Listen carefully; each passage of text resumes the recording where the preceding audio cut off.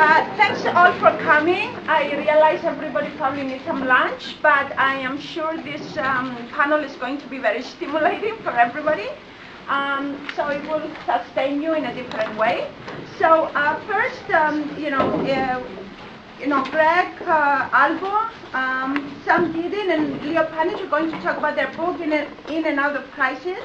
And if you haven't bought it, we just go and get it. We'll take a 10-minute break. And then we'll have Johanna Brenner and David McNally respond to their presentation. Okay, Greg will go first.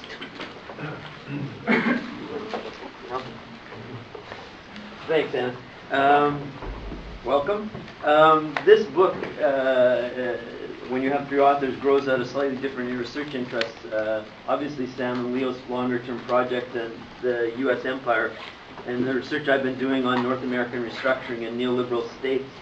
And we wrote it this fall, partly out of the various writing we've been doing in response to the crisis, and obviously related to the struggle against neoliberalism, and trying to address the weaknesses of the labor movement in North America. Like all of us cataloging the crisis as writers or engaged in some of the consequences of it, we're obviously quite hopeful at the beginning that this would be a major new opening, and we're encouraged by some of the first reactions to the crisis in terms of the general strikes that occurred in Europe, some of the housing occupations that were occurring across North America. But clearly these have become subdued, and the reactions that we're now getting in the general strikes in Greece and some of the other actions in Europe are speaking about another phase of the crisis. And another reaction that we have to be analyzing but also thinking about politically, which is really the point of intervention that we wrote this book around exactly those issues, how to get an understanding of the crisis and then figuring out what are the routes out of the crisis, both for the workers' movement, but also the way that the ruling class was strategizing its route out of the crisis, which is obviously the point of concentration of political struggle at this moment. It clearly was sobering over the last 3 or 4 years to watch the financial crisis unfold. It was incredible. It was just incredible how much chaos was produced. The collapse of mortgages markets in the U.S. starting in late 2007, spilling over to 2008.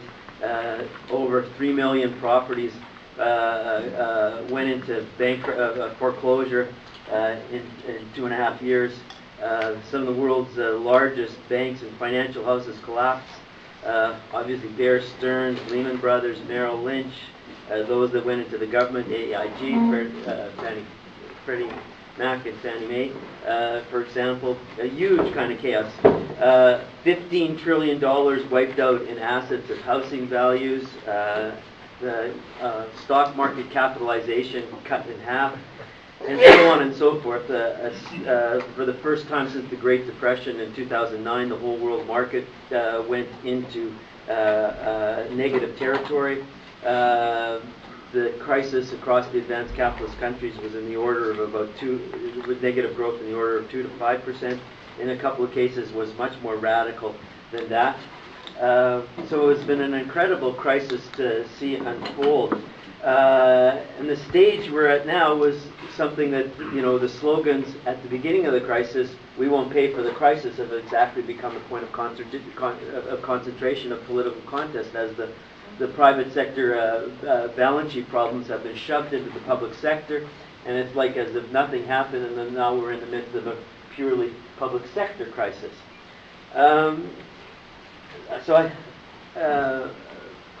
This has made it important, I think, to gain an assessment of some of the thinking about the crisis, which is something the book begins with.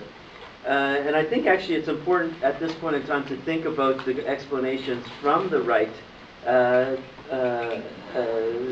in their understanding of the crisis. Of course, the typical explanations were the mistaken incentives argument that the governments had encouraged moral hazard, knowing the too big to fail problem, and setting up a whole range of mistaken incentive structures or financial actors.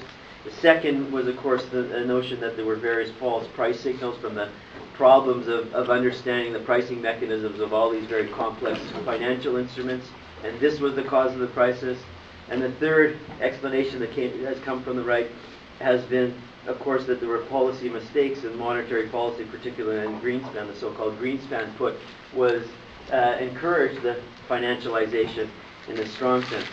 Now, these explanations from the right, I think, are important for an historical analogy. It is the same blame government explanation that was used in the 1930s to blame the Depression on the government that came from the right. And it's that argument, in fact, that came out of that time period is the argument that is being readapted to the present. But I also think it's important because, in fact, these explanations have gotten popular resonance. And they're being shouted daily, particularly for Americans. It's incredible how all the major media keep shouting these explanations as the reason for the crisis and the dominance of them. So we still have a very important role in understanding and critiquing them. But I also think in some senses they are guiding some of the solutions that are coming out in the way that the financial authorities are shaping the policies coming out of them and the form of the regulatory regime. Obviously, it's not a direct linkage. It's obviously a different role of the state is being applied, but they are a certain aspect of the guiding policy, and they certainly are the popular ideology that is kind of gaining resonance. The left critique of this was on a very different basis. The left critique of the financial crisis has particularly focused on issues of there being regulatory gaps, which has been the most common view from people like Krugman and Stiglitz in the popular accounts, blaming regulatory failures for what had exploded in the financial markets.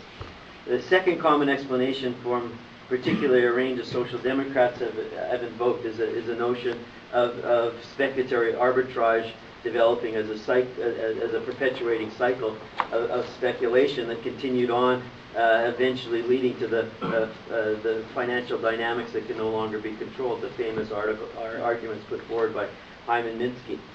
And there has been a third argument that's been quite common among the left, and that is that the financialization reflects mainly a response to the long downturn and the problems of stagnation, and therefore credit cycles has been essential to the reproduction of capitalism. And so essentially capitalism has been in a long period of stagnation, and financialization was simply an effect of that stagnation. In some senses, this leads to the same parallel arguments you get from liberals and social democrats. That is, there's a gap between the financial economy and the real economy, and it lends itself to a kind of populist politics that said we need to squeeze out the financial sector and find a way to bolster the real economy to deal with the financial crisis. I think these conceptions from the left have a number we argue that they have a number of misconceptions in these thinking. One is that financialization is too often just seen in its negative respects in terms of declining investment opportunities. And this misses, of course, and argues that credit growth is primarily a response to offset stagnation. This misses, of course, that there has been an incredible amount of restructuring that has occurred under the phase of neoliberalism. Growth rates moved stronger, profitability moved up. There was a huge amount of spatial restructuring of industry. There was a dynamism in financial markets. There was a dynamism in the way that capitalists were able to restructure labor markets, and so on. So I think we argue that there's a different way that aspects of financialization need to be conceived. A second misconception is that it sees, as I mentioned already, financial capital is posed as an opposition to the real economy. And so you get an opposition between speculative activity and real activity, and the populist notion that real activity needs to be supported. But I think this, of course, mistakes and has a misunderstanding about capitalism always having money and bank capital, and that being a fundamental feature of capitalism.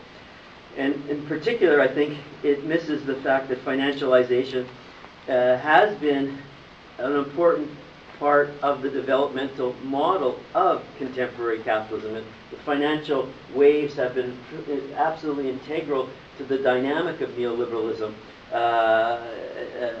The financial volatility has been part of neoliberalism, and rather than each of these cycles, and this is one of the big political questions of this moment, each of these cycles has actually reinforced financialization, and financial capital has come out of each of those cycles more powerful. This has been one of the incredible paradoxes internal to neoliberal development. The final misconception that we argue and set up against is the notion of state regulation as being misapplied, which tends to reproduce some notion of regulation being and the state being apart from markets, rather than seeing these as integral aspects of what constitutes capitalism. I'm not going to speak more about that. Leo will pick that theme up. The final points I just want to raise initially is some of the themes that we're at in terms of thinking about the political balance of forces and some of those other issues that we argued throughout the book, and that then Sam and Leo will pick up on. One of the important things about crisis is it feeds on what already exists. It feeds on the power structures of the capital class, what exists, and it feeds on the nature of what the working class is and how the social movements are organized at this time. And clearly, how the crisis has been unfolding in the different stages has a lot to do with those two balance of forces. That is, the attempt of the ruling class as organized, attempting to reconstruct the place of financial capital in this moment, and the place of financial capital in the power block. That has been central to kind of how the crisis has been unfolding in the current period. The other component has been the associated with that is the fact that there has been no major split in the ruling classes so far in this crisis. There hasn't been any major split between industrial and financial capital, between big and small capital. There hasn't been at this moment major split between different regions. The biggest tensions have been in Europe now over the European Union, but no major split has occurred. And to some extent, the Europeans have been scrambling and successfully sustaining the structure of the European Union. Obviously, it'll be crucial to watch that. And cruelly, the final point about that is the American state and state structure remain essential to the dealing with the economic crisis. They remain at the center of the solutions that have been occurring through the international financial institutions, and have been crucial throughout the management specifically of the crisis.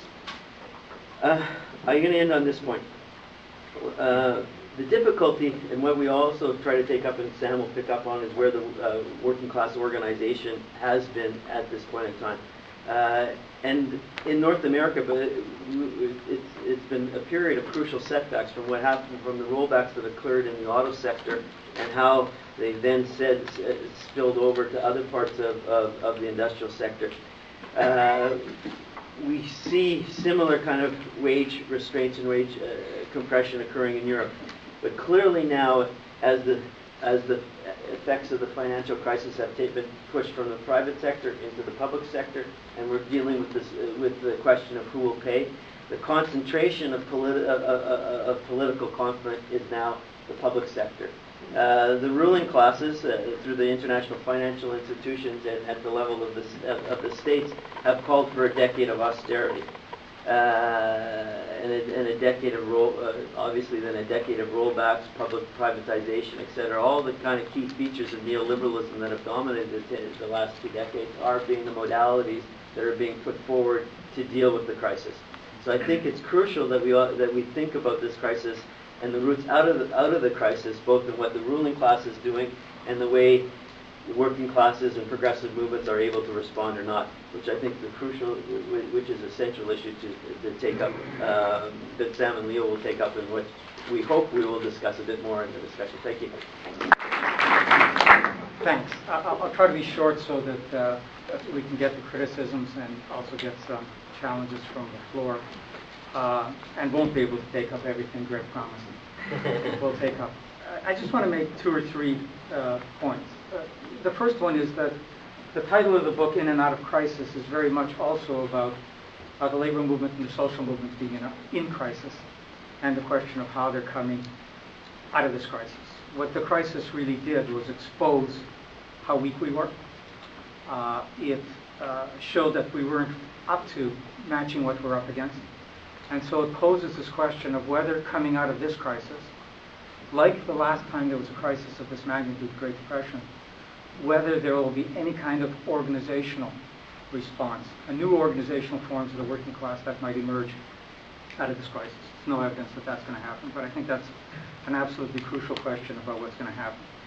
The second point I just want to emphasize, and Greg spent some time talking about it, is that the in and out of crisis is also a question of the crisis in left theory.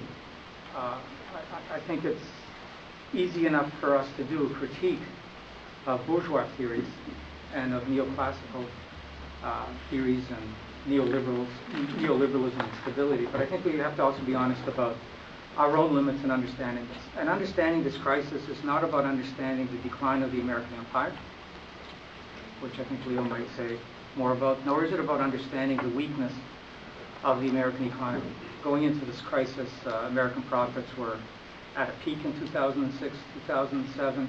The debt in the corporate sector was actually relatively low. Specific sectors were hard hit, but that's a separate issue. This crisis has to be understood in terms of a crisis within finance. There is something about the liberalization of finance that goes along with the volatility of finance and the question of whether capitalism can handle this. Now, if that was the only question, if it was only within finance, and you stopped there, the question would be, well, why not sacrifice finance to some degree? And the point that Greg made about there not being any splits within the capitalist class is crucial. And the material base for that is that finance is an integral part of capitalism. There isn't a separation. There's enough autonomy that you can talk about finance as a sector, you can talk about contradictions within finance, but the reality is that finance has been functional to the restructuring and to the dynamism of American industry. American industry needs finance in terms of getting access to the global surplus. It needs it for all kinds of services. If you're actually going to have a globalized international economy, you need finance of the kind, something like the kind we've seen, and it also uses it for arbitrage and also making profits. So the contradictions within finance are in fact contradictions within capitalism, not just within finance. I think that that's absolutely crucial in understanding this. What's going on in finance, the question isn't whether that contradiction can be ended. It's not going to be ended. That tension between the liberalization of finance and the volatility of finance is going to continue. The question is whether it can be contained. And this gets back to the question of what kind of resistance there's there. As long as we basically accept what is happening and accept that we're going to pay for these things after it happens, they'll contain it. Any notion of a crisis in terms of a complete breakdown, I think, isn't realistic. I think that as long as we're ready to do that, so the question does come down to, you can't understand crises unless resistance and the working class and the role of the state is integrated into whatever theory of crises you have. So I'm going to stop there. I'm anxious to hear what kind of criticisms and comments people have. And I'll just turn it over to Lou. Okay.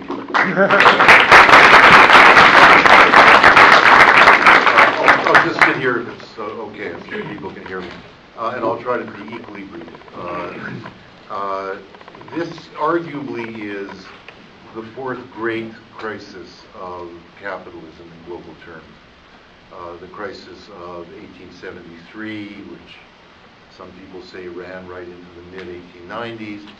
The crisis of the Great Depression, the crisis of the 1970s, and we're now in the midst of the fourth great one.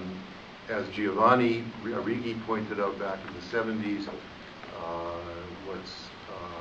what was so remarkable about the first two crises of capitalism was that they interrupted the process of capitalist internationalization and globalization.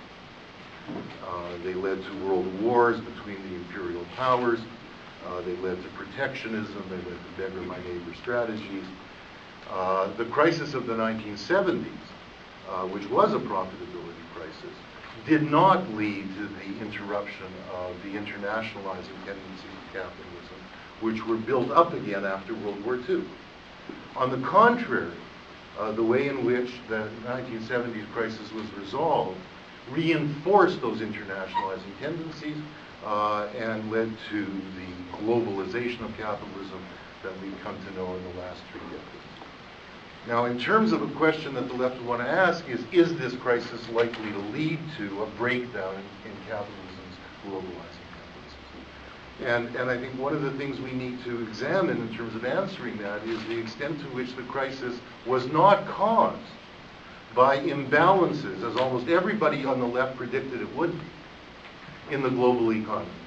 It wasn't caused by the American trade deficit leading to a run on the dollar by virtue of the size of that deficit.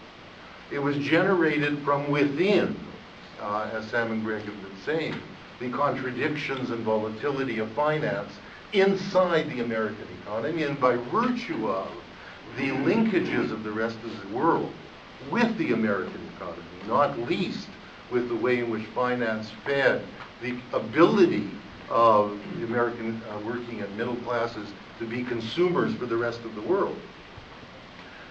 It immediately then spread to the rest of the world. Right? So it was a crisis that was generated inside the empire, if you like, and spread to the rest of the world. It didn't come out of contradictions emanating from the rivalry between Europe or the euro and the dollar, or from China or Japan and the rivalries that would come between their currencies. That's one point. And it has a lot to do with the way I think we need to think about what's likely to come out of this crisis. Because what's been clear in terms of the way the crisis has unfolded is that the rest of the world ran for the stability of the dollar. And for all of the talk we've heard about the need for an alternative to the American reserve currency, the whole of the world bourgeoisie at moments of crisis have, as they did repeatedly through this era of globalization, saw the American state as the guarantor of the stability of capitalism. In terms of, just to make this one other point, in terms of what is to be done and what the left's position ought to be, we're very tempted to, I think, fall into the type of proposal that imply this could have been avoided if only the state had been doing its job. In an idealist state of what the state, a sense of what the state ought to be, even in a capitalist economy. If it had been regulating properly, right? If it had been regulating the mortgage sector, if it had been regulating Wall Street, if the Securities and Exchange Commission had been regulating properly, none of this would have happened. And therefore what is needed is this type of regulation. Right? And that should include, of course, a Tobin tax and making the rich pay, et cetera, et cetera. But the state should have been regulating it wasn't. And that tends to miss the extent to which the making of global capitalism and the American state's capacity and Wall Street's capacity to play that role in the making of global capitalism required the state's support for the kind of dynamic, if you like, unregulated capitalism that people now say shouldn't have been allowed to flourish. In fact, it was essential to it. And it was volatile all the way along. And what the American state was doing, in coordination with all the other states of the G7 and G20, was containing that volatility from moment of crisis to moment of crisis, and moreover was using crises to restructure other states so as to facilitate the free flow of capital, so as to facilitate their financialization. First in the third world debt crisis, but in general, at every moment of crisis. And we probably are now seeing that again. The crisis is being used as a means of reinforcing capitalist globalization. Now, ironically, we just have to say, and I'll end with this, that that view of the mistaken view of the cause of the crisis reflects a weak left that to some extent itself was responsible for the financialization of the working class, especially in the United States. That is, after the social movements of the 1960s were defeated, that is, after you couldn't extend the Great Society programs in the context of the crisis of the 70s, the way the American left responded, and to some extent not only the American left, was to say, well, if the working classes are only going to be able to maintain their consumption, secure housing, through finance, then let's really try to extend that finance to the poorest sections of the population. If we can't have great housing programs of a public kind, the equivalent of red Viennas all over of America, right, which was what was needed to solve the crisis, the housing crisis of American cities, then what we ought to do was to make the banks lend to poor people, especially to poor black people. That's not to say that the crisis was caused primarily by loans to poor black people. But there's no doubt that the great victories of the 1970s involved getting the banks not to discriminate against women and blacks and working class people in general in their loans. And those were reformist victories.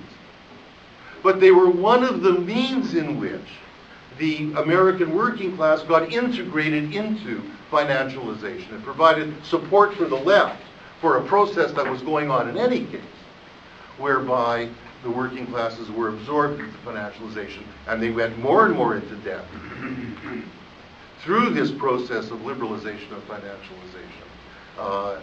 And in that sense became integrated into the process. And I think we're reluctant to admit the left's complicity, even in a subsidiary way, in the making of the crisis we've ended up in. I'll stop there.